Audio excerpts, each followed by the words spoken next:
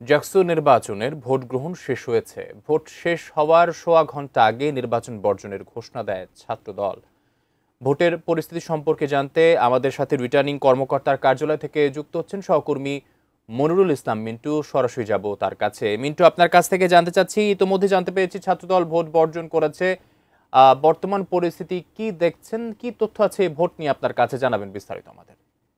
জাহাঙ্গীরনগর বিশ্ববিদ্যালয়ে উত্তেজনা বা এই নির্বাচনী যে উত্তাপ সেটি ছড়াতে থাকে। বিভিন্ন জায়গায় কিছু অনিয়মের অভিযোগ তোলেন প্রার্থীরা এবং ভোটাররাও সেই অভিযোগ তোলেন এবং এর মধ্যে বঙ্গবন্ধু শেখ ফজিলুন্নেসা মুজিব হলে সেক্ষেত্রে 1 থেকে 1.5 ঘন্টা ভোট বন্ধ ছিল। অন্যদিকে যদি বলি শহীদ তাজউদ্দিন আহমেদ যে হল, সেই হলেও প্রায় আধা ঘন্টা বন্ধ ছিল।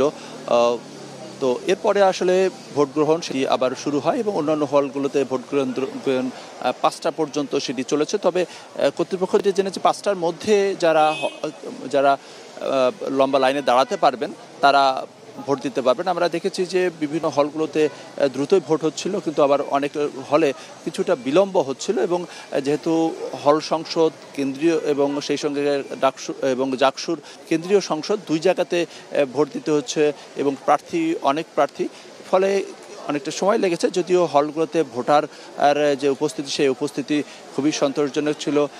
তবে ছাত্র দলের পক্ষ থেকে সংবাদ সম্মেলন করে ছাত্রদল সকালে করেছিল নানা অনিয়মের। 4:45টার দিকে তারা সংবাদ সম্মেলন করে তারা পুরো প্যানেল, ছাত্র দলের ভিপি এবং জিএস যে প্রার্থী, তারা সংবাদ সম্মেলন করে এই নানা অনিয়মের অভিযোগ তুলে ভোট বর্জন করে। এবং এরপরে আমরা দেখেছি যে বঙ্গমাতা ফজিলতুন্নেসা মুজিব হলের যে প্রভোস্ট, তিনি তার হলের যে নির্বাচন ভোট স্থগিত থাকা নিয়ে সেটির একটা ব্যাখ্যা উনি দিয়েছেন। সেই ব্যাখ্যার ক্ষেত্রে বলেছেন যে মেয়েদের হলে সাংবাদিক কিংবা কোনো প্রার্থী, পুরুষ প্রার্থী কিংবা শিক্ষক প্রবেশ করতে হলে হল প্রভোস্টের সাথে কথা বলে সেটি প্রবেশ করার কথা, কিন্তু সেটি না করে কয়েকজন শিক্ষক হলে প্রবেশ করেন এবং এর সঙ্গে অনেক সাংবাদিক সেখানে প্রবেশ করেন। কার্যালয়ের সামনে মাঠে আইন শৃঙ্খলা বাহিনীর সদস্য মোতায়েন করা হয়েছে। এখান থেকেই আসলে নির্বাচনের যে ফলাফল সেটি ঘোষণা করা হবে। হল থেকে যে ফলাফল, সেই ফলাফল আসার পর এখানে জমা হবে এবং এখান থেকে ফলাফল ঘোষণা হবে। ফলে এখানে বাড়তি নিরাপত্তা ব্যবস্থা নেওয়া হয়েছে। তো নির্বাচন কেন্দ্রিক ভোট বর্জন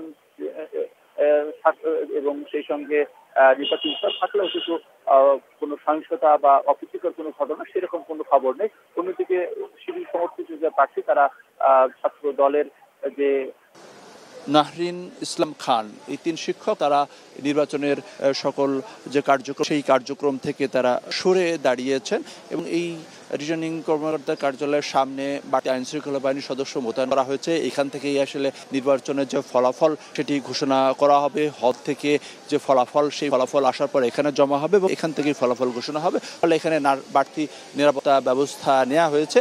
তো নির্বাচন কেন্দ্রিক ভোট বর্জন